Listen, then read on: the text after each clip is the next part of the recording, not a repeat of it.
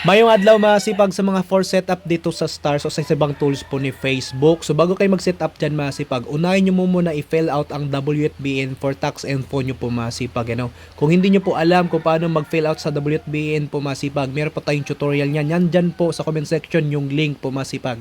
Bago kayo mag-setup dyan sa Stars o sa ibang tools po dito kay Facebook. So make sure lang po masipag na meron po kayo ditong valid ID po masipag. So yung throw name, throw identity nyo po ilalagay sa inyong personal info po masipag. Then sunod nyo na po yung payment method nyo po masipag, yung bank account o PayPal po masipag. Ano? Kung anong meron ka dyan po masipag para po ikaw ay makasahod. So kailangan po makasipag makapag-submit at i-make sure na verified ka po sa tax info po makasipag. Ano?